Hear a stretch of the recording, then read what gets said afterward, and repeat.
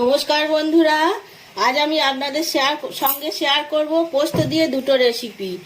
তো আজকের আমি করব পাঁপড় পোস্তর বড়া আর পোস্ত ভাপা। যে দুটো রেসিপি থাকলে ভাত খাওয়ায় আর অন্য কিছু লাগবে না।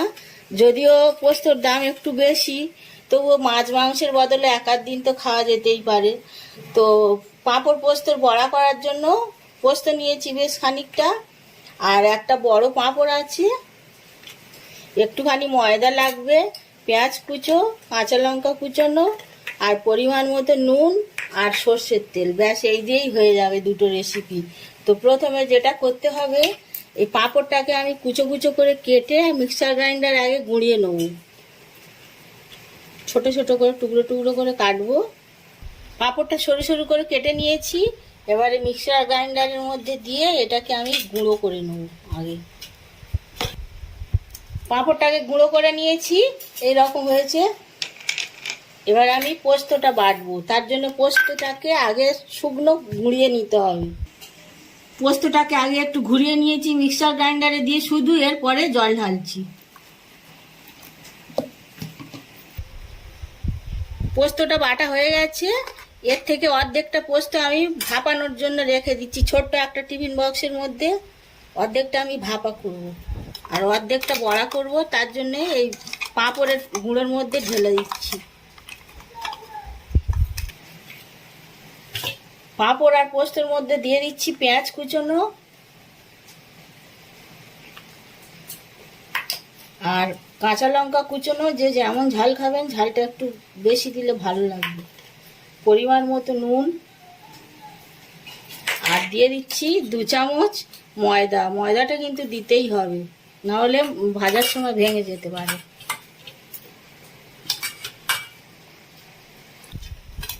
পোস্ত মাখাটা হয়ে গেছে। এবার আমি গরম তেলে ভাজবো। ততক্ষণে এই ভাপানোটা রেডি করি। পোস্ত বাটা দিয়েছি, আর দিয়ে দিচ্ছি পেঁয়াজ কুচোনো কিছুটা, কাঁচা লঙ্কা কুচোনো, একটু নুন আর সর্ষের তেল।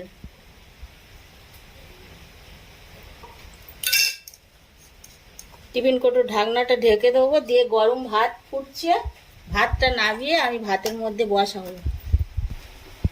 বড়াগুলো ভাজার জন্য উনুনতে কড়াই বসিয়ে দিয়েছি। কড়াইটা গরম হয়ে গেছে।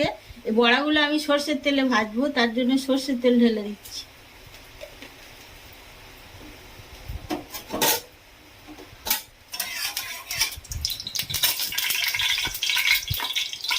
ছোট্ট ছোট্ট করে বড়ার আকারে দিয়ে আমি এপিট ওপিট করে লাল লাল করে ভেজে নেব।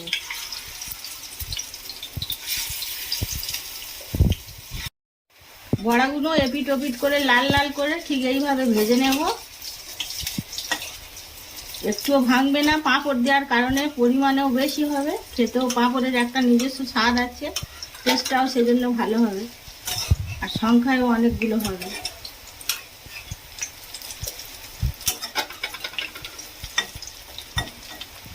আর একটু আছে, এরকম ভাবে সেগুলোও ভেজে নেব। পোস্তর বড়াগুলো সমস্ত হয়ে গেছে, আমি নামিয়ে নিয়েছি।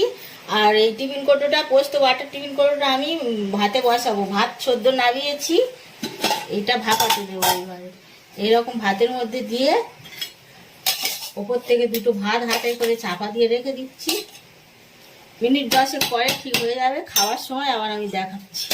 পোস্ত ভাপাটা আমি 15 মিনিট পরে ভাতের মধ্যে থেকে খুলে নিয়েছি টিফিন কোটোর ঢাকনা। এবার আমি ভাতের ওপর দিয়ে সাজিয়ে নিচ্ছি।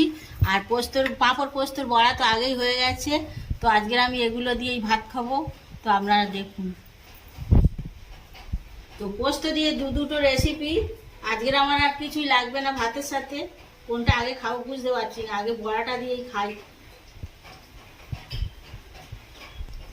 তো বন্ধুরা, কি বলবো, দারুণ খেতে হয়েছে। আপনারা দেখলেন পোস্ত রেসিপি, পাঁপড় পোস্তর বড়া আর পোস্ত ভাপা। তো আপনারা এরকম ভাবে করবেন, আর অবশ্যই ভালো লাগবে আশা করি। আর ভালো লাগলে লাইক কমেন্ট শেয়ার করবেন, আর প্লিজ আমার চ্যানেলটাকে সাবস্ক্রাইব করবেন, পাশে থাকবেন।